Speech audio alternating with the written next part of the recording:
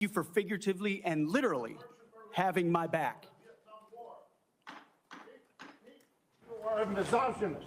Not only that, you are a Christian Zionist. And you support the war in Gaza by the Zionists. I want to thank the authorities for their swift reaction to that outburst and state that similar interruptions will be treated in like manner. Mr. Hegseth, you may continue. What became very evident to us from the beginning, there was a coordinated smear campaign orchestrated in the media against us.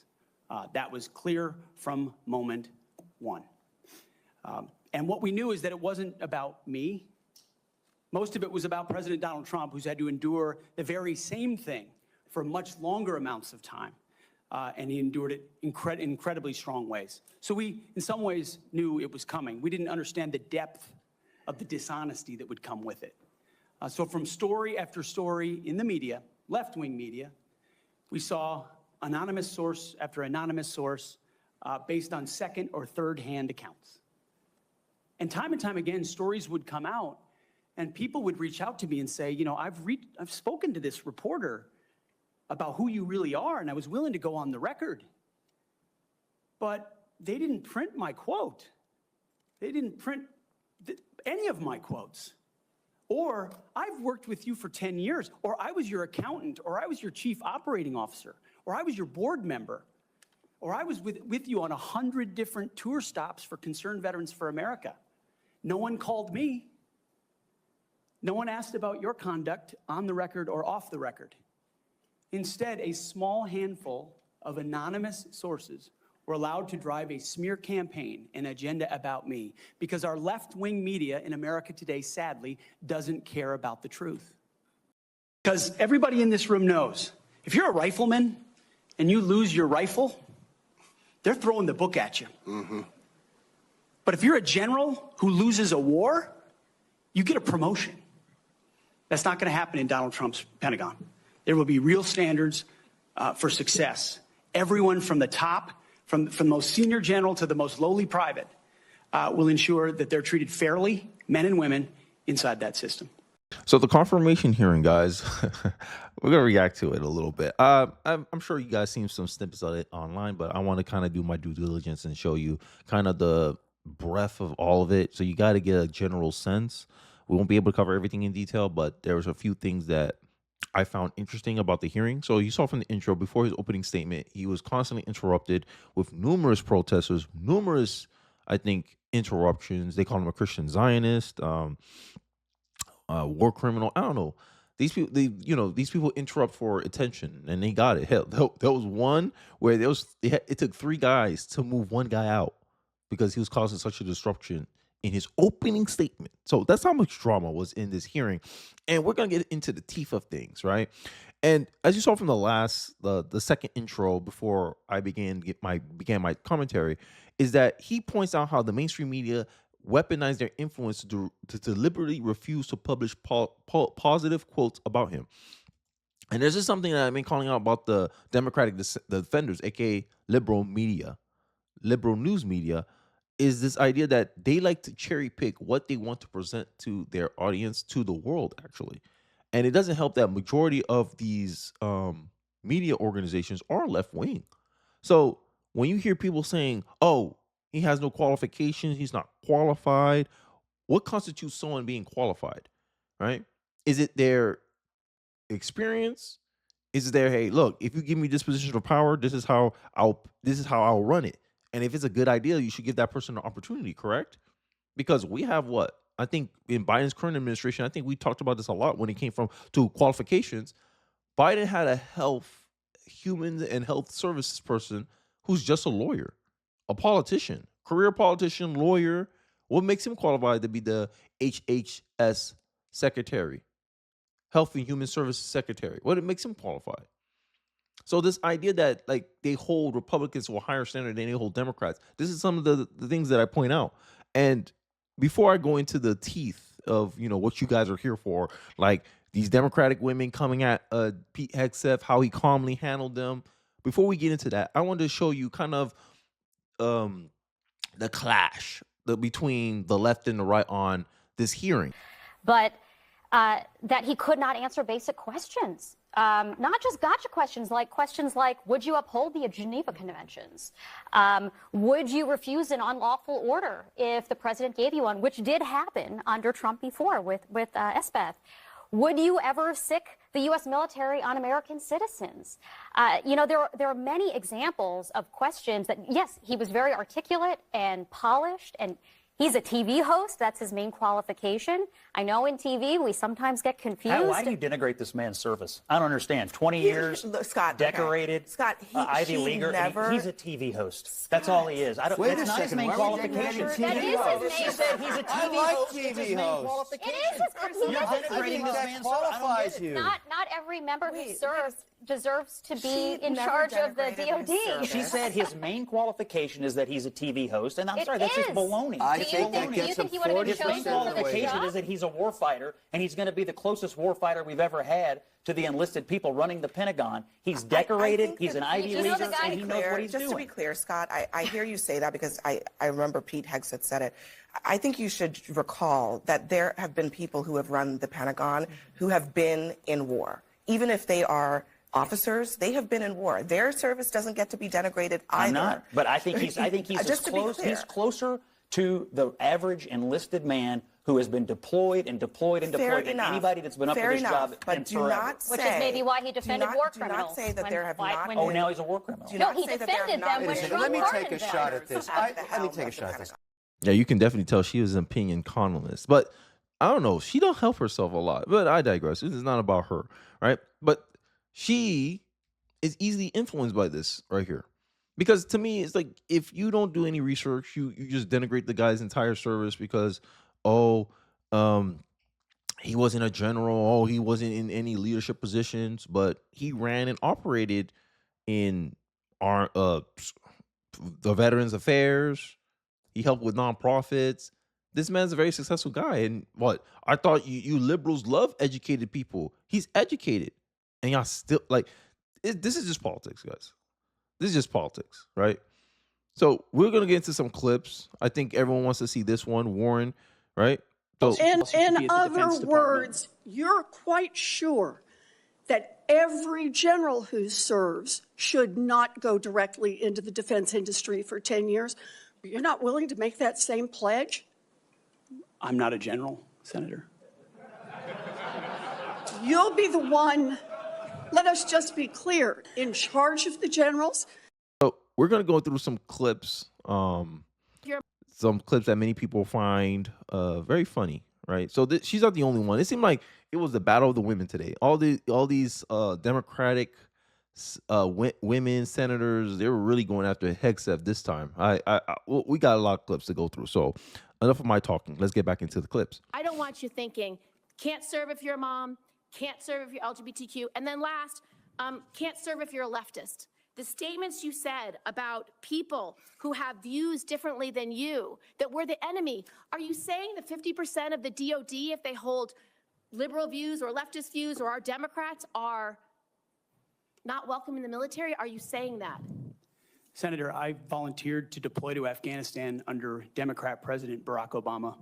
I also volunteered to guard the inauguration of Joe Biden, but was denied the opportunity to serve because I was identified as an extremist by my own unit for a Christian tattoo. I don't want you thinking. Hypocrisy right in her face. Okay, you want to get mad that he said all these things about, hey, you're a leftist, you can't serve, you're a mom, you can't serve, or that's the allegation she's making about him. And then he turns back and say, look, through my own experience, you have done that to me. You have done that to others who hold similar positions or similar views than I have. But you want to sit here crying about discrimination. Yo, these people on the left, right? And this is exactly how he handled his critics. That's why you see Scott Jennings, he makes the point that Pete Hegseth handled a lot of his critics well in this interview. As far as politics, Senator, it has been the joy of my life to lead men and women in military outfits. when you're in combat or in training, there's a lot of conversations that happen. And you start to realize that a lot of people you're serving with share your political ideals or they don't. You find out there's Republicans, there's Democrats, there's libertarians, there's independents, there's vegetarians, everything in between. None of that matters. It never mattered in how I led men and women, how I interacted with them, what missions we undertook. Politics has nothing to do with the battlefield, which is why President Trump has asked me to say, let's make sure all of that comes out. This is about warfighting capability, setting standards high, and making sure we give our boys, our men and women, everything they need to be successful on the battlefield. So politics can play no part in that, and I look forward to infusing that, as we always have inside our units. Yeah. Like, it's fine, because the main critique is, oh, he's going to bring politics into this, right? And this is what I think led Scott Jennings to make this statement on CNN, and then we'll get back into a few more clips before I wrap up the video. So let's take a look. Well, in short, I think Pete Hegseth kicked their asses today. I mean, it wasn't even close. They didn't lay a glove on Hegseth. No mistakes, calm, cool, collected. I mean, before the thing even started, you had this like Code Pink, protester freak show trying to disrupt the hearing. That's the Democratic base, by the way, which probably explains why the Democrats on the committee acted in such a bizarre and unprofessional way. I was appalled at some of the way these senators handle themselves and some of the lines of questioning. I mean, Tim Kaine sounded like a sex pervert in his questioning of Pete Hegseth. Blumenthal, who lied about his service in Vietnam, questioning Hegseth's qualifications. You had Gillibrand, you had Warren, you had Hirono going on unhinged rants about things. Angus King obviously doesn't understand what it's like to fight terrorism. On and on and on. Hegseth was cool in the face of this unhinged questioning. They made him look good today. It would be difficult for a Republican to vote against Hegseth after the Democrats' unseemly mudslinging today. Yeah, I think it's obvious what the Democrats here are trying to do. They're just trying to mudsling him. They're just trying to create a negative perception around him. And even you saw earlier in this video with Kathy Campbell, she tried to do the same thing, right? Twist his words, pretend that his only qualification is that he's a TV host, not that you're ignoring his time at Veterans Affairs, you're ignoring his service, his 20 years service, decorated service. You care about qualifications, but you ignore his Ivy League degree, which liberals, women love their Ivy League degrees when it applies to themselves. But when it's on other people, when it's on men, they seem to try to discredit it. Like, President-elect has attacked our allies in recent weeks, refusing to rule out using military force to take over Greenland and the Panama Canal, and threatening to make Canada the 51st state.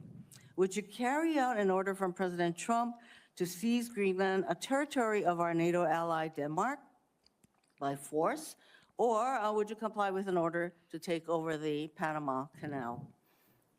Senator, I will emphasize that President Trump received 77 million votes to be the lawful commander-in-chief of this country. We're not talking about the election. My question is, would you use our military to take over Greenland or an ally of Denmark? Senator, one of the things that President Trump is so good at is never strategically tipping his hand. And so I would never in this public forum give one way or another direct. yeah, so this is the same thing that happened with reporters. When the reporters asked Donald Trump this question, Donald Trump was like, I'm not going to answer that. He's like, yo, why are you trying to force me to take stuff off the table, right? And this is something that's possible. Now, as you saw from the intro, and this is why I try to be fair, right? I'm trying to be as fair as I can about criticisms of Pete Hegseth. Kathy Campbell said this was him dodging the question. But is it really? Or he's just explaining, yeah, like, why should I limit my options when I don't know what the future holds? Sounds to me in any context. It sounds to me that you would contemplate carrying out such an order to basically invade Greenland. And then you make assumptions based on his non-answer, and then you pretend you did something there. Here's the other one. Here's another tactic that Tim Kaine, this is the one Scott Jennings talking about, right? Because we're going to go through it today, and it's going to be a relatively short video comparatively to other ones. But it's obvious this is just playing politics. And then in the beginning, they're talking about, oh, we're discriminating. We don't want you to discriminate based on politics. And look at what they're doing here. I have failed in things in my life, and thankfully I'm redeemed by my Lord and Savior Jesus Christ. In finalizing divorces from your first and second wives, were there non-disclosure agreements in connection with those divorces? Senator, not that I'm aware of. If there were, would you agree to release those first and second wives from any confidentiality agreement? Senator, it's not something I'm aware of. But if there were, you would agree to release them from a confidentiality agreement? Senator, that's not my. So imagine you're in a job interview and this person, your employer, asks you, "Oh, you're divorced? How was divorce? Oh, do you have any long restraining orders?" Or you're gonna be asking, "What does that have to do with the job?" And this is what I'm sending. This is what I'm talking about. This is a smear campaign on itself. But who's crying about playing politics? The Democrats. They only cry about playing politics when they're in the hot seat. Oh, you're playing politics. But when they're not on the hot seat, oh, they love to play politics. Rules for thee and not for me. Responsibility. Did you ever engage in any acts of physical violence against any of your wives? Senator, absolutely not. But you would agree with me that if someone had committed physical violence against a spouse, that would be disqualifying to serve as Secretary of Defense, correct? Senator, absolutely not have I ever done that. You would agree that that would be a disqualifying offense, would you not? Senator, you're talking about a hypothetical. I don't think it's a hypothetical. Violence against spouses occurs every day. And if you as a leader are not capable of saying that physical violence against a spouse should be a disqualifying fact for being secretary of the most powerful nation in the world, you're demonstrating an astonishing lack of judgment. The incident in Monterey led to a criminal charge, a criminal investigation, a private settlement, and a cash payment to the woman who filed the complaint. And there was also a non-disclosure agreement, correct? It was a confidential settlement agreement off of a nuisance lawsuit. Right.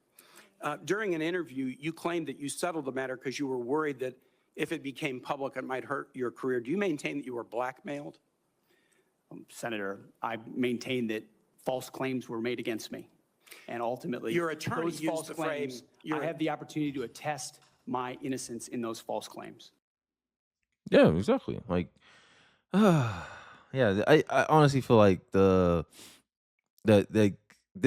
was just an attempt. I don't even want to play more, right? Here's another lady. I got this is some crazy stuff, bro. Like it's so obvious. This is all politics right here.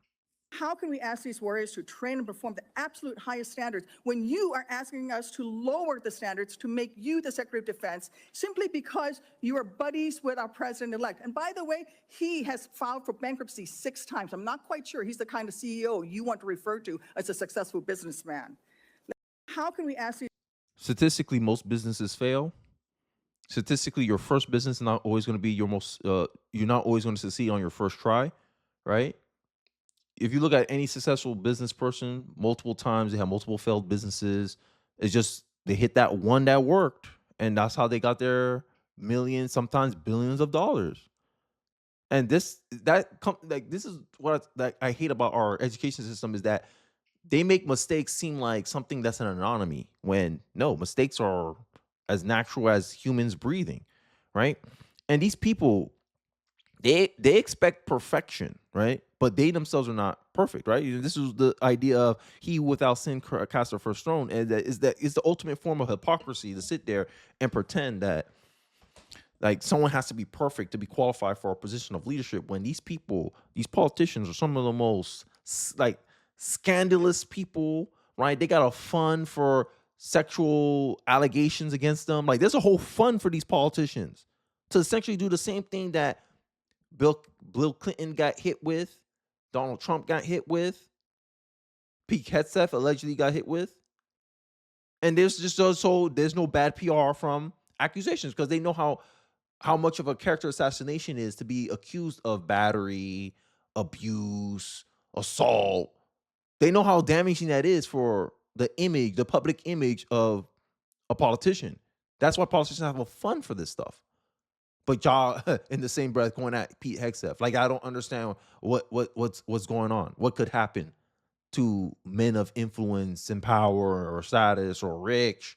conventions were written are a lot different than the asymmetric, non-conventional environment of counterinsurgency that I confronted in Iraq and Afghanistan. I was the senior counterinsurgency instructor in Afghanistan. My job was to understand how the Taliban and Al-Qaeda operated so that NATO units coming in could be informed of what was happening. They knew our rules of engagement, and when they were more restrictive, they took advantage of them, and it put our men and women in a more dangerous and difficult place. And you believe For that future wars we fight, we need to have someone atop the Pentagon, sir, who understands how those ripple effects Well, I just want impact to the men and women understand in your uniform. position. Your position is torture's okay. Is that correct?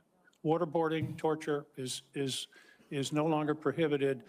The circumstances of whatever war we're in. Is that correct? Senator, that is not what I said. I've never been party to torture. We are a country that fights by the rule of law, and our men and women always do. And yet we have too many people here in air-conditioned offices that like to point fingers at the guys in dark and dangerous places, the gals in helicopters in enemy territory who are doing things that people in Washington, D.C. would never dare to do, or send, in many cases. In one of your interviews, you said they're willing to do this. You're talking about Donald Trump and Senator Cruz. They're willing to do something like waterboarding if it's going to keep us safe. Are you okay with waterboarding? Senator, the law of the land is that waterboarding is not legal. So the statement that you made, you now recant. Is that correct? They are willing to do something like water. This is why I have a problem with these hearings, man. Like, you could say something like, hey, hypothetical, if it meant to save United States, I'll do it. I'll break the law to do it, right? I think that's the sentiment that I'm getting, right? Or when Donald Trump says, oh, I'm going to make Canada the 51st state. Everyone understands, in the context, if you watch the clip when he said that, or when it was allegedly he said that, it was in response to the fact that Canada's like, oh, if you do this, you'll bankrupt us. And he was like, yo, if you have to rip off the United States of America to be afloat, you might as well become the 51st state of the United States of America.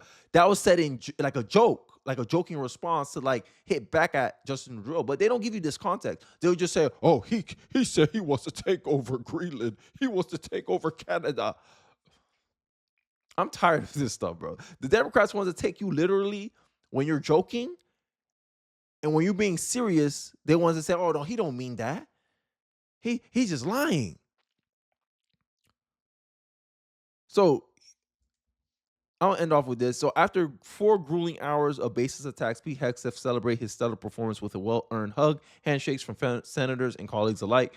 Hegseth delivered a spectacular showing, proving his readiness for the role. Let's hope he gets it. Let's see. I think that was a good wrap up. You know, within 23 minutes, I gave you a reasonable understanding of what's going on. You got to see numerous clips, numerous angles. Most of it was Democrats because obviously Republicans asked them like questions about like how he'll perform the role. I think Ennis, the woman, she had a problem with Pete Hegseth's woman comment, like women shouldn't serve combat roles. And he was like, hey, look, I'm willing to meet you in the middle. Yeah, women can serve in combat roles. He wouldn't prefer it, but hey, yes, women will be able to serve combat roles. And she's like, okay, I'm ready to vote for this guy. That was the kind of things that Republican critics were asking him. Something more tied to his job. But as you saw from Democrats, they were personal attacks, trying to smear him, mudslinging, bring up things that are not conducive to the job, but would hurt his image if he answered it the wrong way, right? This is the kind of tactics that many people can't stand about politics. What's supposed to be a confirmation hearing became some type of drama, like political drama. Like this is not a TV show. And a lot of these, Democratic senators, they pretend that this is a TV show. This is not a TV show. There's no lights, camera, action. There's none of that. It's a confirmation hearing. Act something that's actually entailed to the job. The closest thing we got was the Geneva Convention. Sorry. That was the closest thing we got. Everything else, personal attacks, hit Trump's. Trump has 6 failed businesses. Oh, so you never failed at anything in your life? It's not what happens to you that decides who you are. It's how you respond. Look at the percentage of businesses that fail, and you're going to be like, yo, what happened to Trump is not new. Every other businessman you respect, they had a failed business in their portfolio, in their rap sheet. But, you know, you can't expect someone who's a politician to understand how it actually works in the private sector. but I'm done attacking politicians. I digress. I think Pete Hegseth did a good job based on what I saw. Even the clips where Campbell said that he couldn't answer questions, I got what he was coming from with those questions. I think he should get confirmed. I think he will get confirmed. Like based on how he handled himself, it seemed like everyone's impressed by him. Everyone liked how he conducted himself in the confirmation hearing. So I think he got the position. Now we'll wait to see who'll be next, right? But I still stand. The hardest one's going to be RFK for sure, because those Democrats. They get paid a lot of money from their donors in the pharmaceutical corporation. So they're going to come real hard at RFK. And then Tulsi Gabbard, just because I think for personal reasons, because she left the Democratic Party, now she's a Republican. I think a lot of Democrats are going to have some smoke for her. But I digress. Let me hear your thoughts about the confirmation hearing process. Do you think Donald Trump will get all his cabinet picks confirmed before his first day in office? I'd like to hear your thoughts about the situation in the comment section below. Don't forget to like, comment, subscribe. I appreciate you guys watching the end of the video. And I'll catch you guys on the next one. Peace.